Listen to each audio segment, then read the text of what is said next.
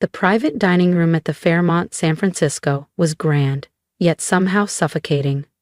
My father's 65th birthday was in full swing, champagne flowing, laughter echoing as guests toasted to his decades in finance. I sat at the far end of the table, silent, pushing grilled halibut around my plate, trying to disappear into the linen-draped background. "And here's to my son Nathan," Dad announced proudly, raising his glass, "now a senior partner at Westbridge Capital, just like his old man." My brother rose, soaking in the applause. His Rolex glinted under the chandelier. His navy suit looked tailored by the gods. Nathan always had the pedigree. Wharton grad, elite internships, the Ivy League wife. "Thanks, Dad," he smiled. "Learned from the best." I sipped my wine, recalling the countless times I heard, "Why can't you be more like Nathan?" Choosing robotics over finance, building my own tech lab instead of joining Dad's firm, investing in silent innovation instead of status symbols. "And then there's Zoe," my mother chimed in, with that same brittle smile.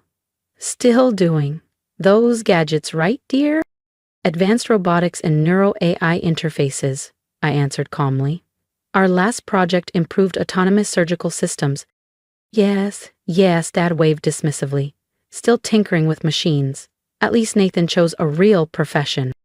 The old sting burned, but I kept my composure. They had no idea that my tinkering was powering next-gen medical breakthroughs across 5 continents, or that the garage they mocked had expanded into a 300,000 SQFT R&D facility outside Palo Alto. "Did you see Nathan's Aspen estate?" Mom gushed. 12 acres, ski and access.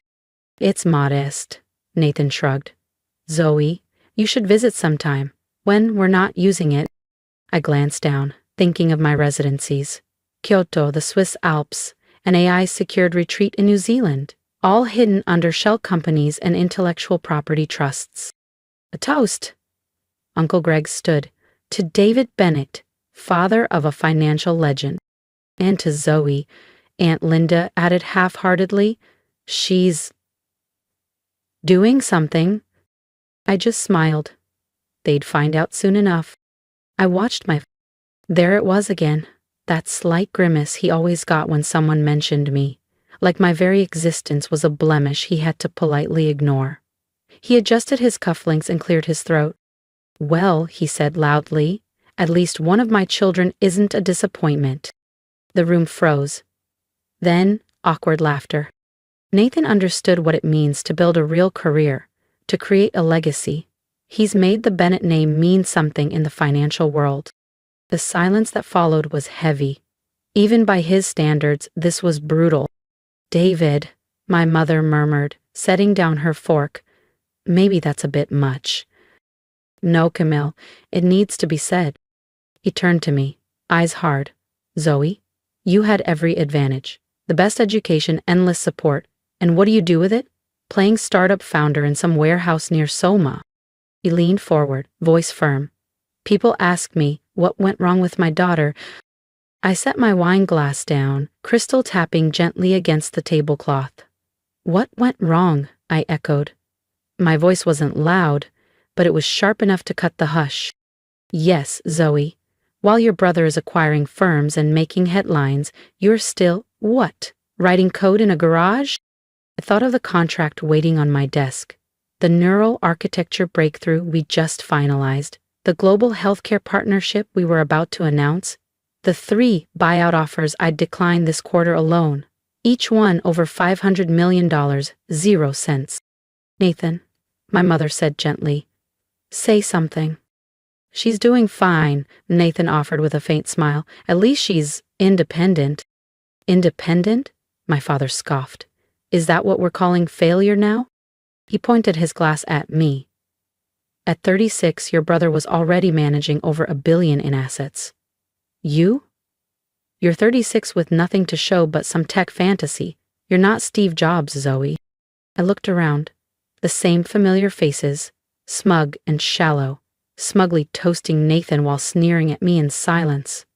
My fingers drifted to my phone. I'd kept my success quiet for a reason, but tonight felt different. You want to talk about legacy, Dad? I stood, calm, clear. You want to talk about the Bennett name? Zoe, my mother whispered. Please don't. It's his birthday, right? I turned my screen to face the table. Let's give him a gift. On display, my primary business account. Balance: $47,282,465.19. One account. A fork dropped. Someone gasped. What is this? My father said hoarsely. I swiped to another screen. Bennett Neural Systems. Our latest valuation sits at $4,300,000,000. You might know the company better as BNS Group. We're behind the autonomous systems you saw featured in Forbes last month. Nathan's expression cracked. And Fonez? You own BNS? I built BNS.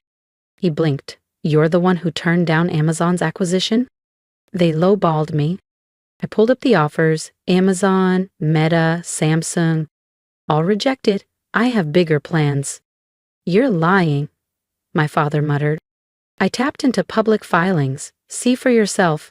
Though you won't find my name easily. I value privacy, which let me build an empire while you all laughed at my coding hobby. My mother sat in stunned silence. Nathan was frantically scrolling his phone under the table. The warehouse you mock? It's the front. Our real HQ is 3 floors of the Crosswind building downtown. Nathan paled. We've been trying to lease space there. You'll need to speak to the owner, I said evenly. That's me. The silence was total now. Not a sip, not a breath.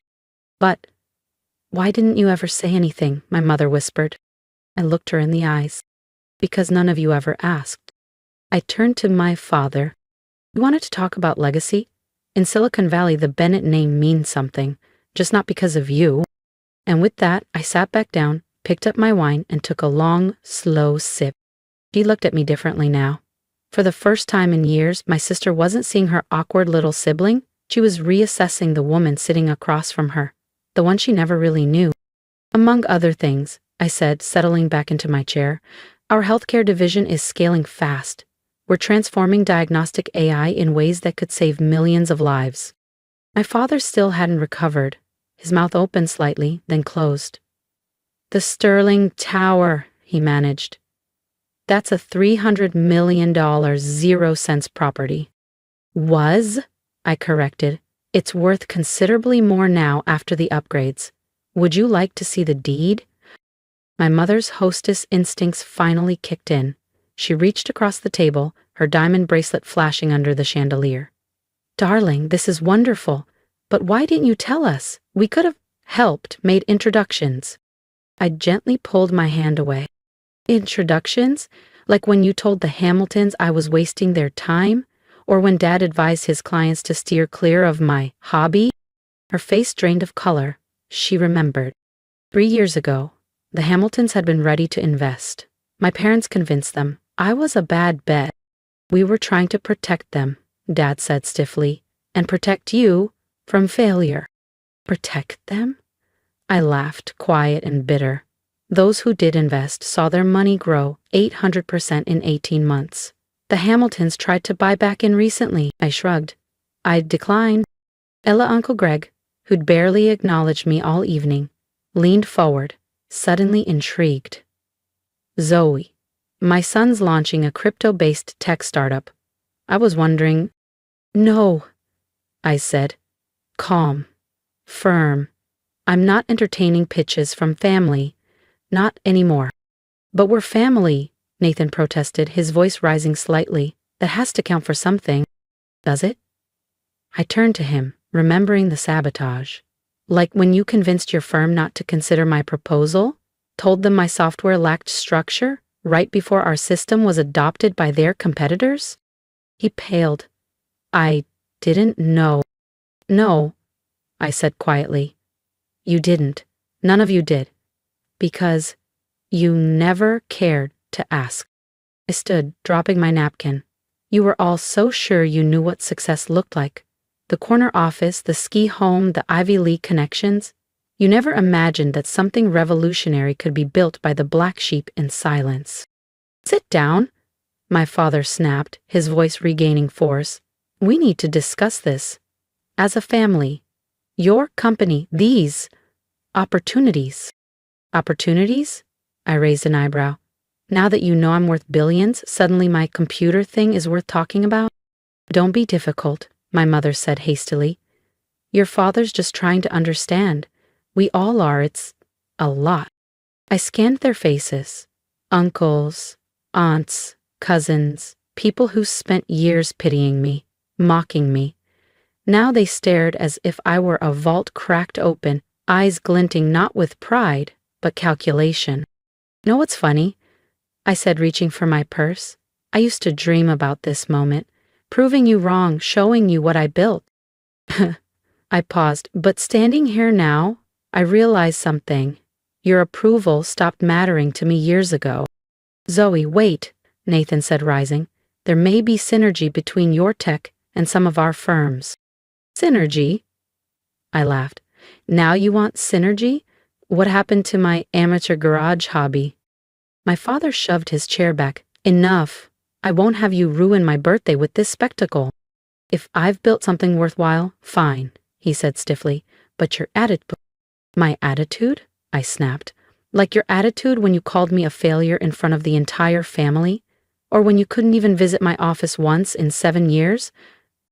He fell silent. And in that silence, I saw it.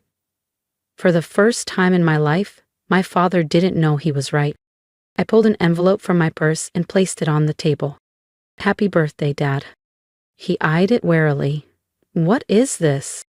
Something interesting. I leaned in slightly. The deed to your law firm's building. His eyes widened. S&P ECKG Group bought it last month through a shell subsidiary. Consider this your notice. Your rent doubles next quarter. Market rates, I added with a smile. You understand. Chaos erupted. My mother gasped audibly. Nathan was frantically Googling. My father just stared at the envelope, as if it might explode. You can't do this, he whispered. But I already had. If you want to see what Zoe does next, and how power, legacy, and revenge truly unfold, make sure to subscribe so you don't miss the moment everything changes again. He finally found his voice. You can't actually do this. I tilted my head, calm and steady. Actually, I can. It's called good business sense. Isn't that what you always taught me? I gave him a smile. Not cruel, just clear. Don't worry, I'm not being vindictive. You're welcome to stay at the new rate. Or, feel free to move to another building in the city. I paused, letting the weight of the moment settle. Though you might want to check who owns those first. I turned to go, but Nathan reached out and caught my arm. Wait. At least let me take you to lunch next week. Just the two of us. Talk, sister to brother. I gently pulled my arm free. I'm afraid I'm busy. I'll be finalizing the acquisition of your firm's biggest client. His face went white.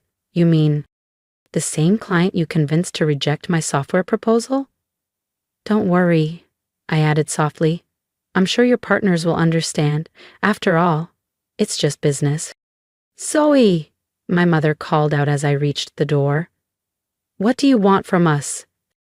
I paused. For years, I would have had an answer. Validation, respect, something resembling love. But now, nothing, I said. That's the beauty of success. It shows you what matters and what doesn't. Oh, as I walked out of the private dining room, the noise erupted behind me. Voices raised, chairs shifting. My phone buzzed. First Nathan, then Mom, then a flood of messages from relatives suddenly interested in my life. I stepped into my waiting car. The office, please, I told James, my driver. He glanced at me in the mirror. Everything all right, Miss Bennett? Better than all right, I said. I just gave my father his birthday gift, the truth. Back at my true office, the top floor of Sterling Tower, I sank into my leather chair. My phone lit up again. Mom, please call. Nathan, let me explain. Dad, call me immediately. I had to weep them all. I had better things to do.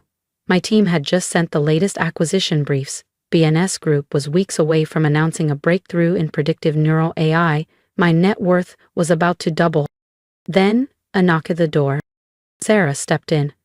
"Your brother Nathan is in the lobby. Says he won't leave until you see him." I glanced at the security feed on my monitor. There she was, Emma.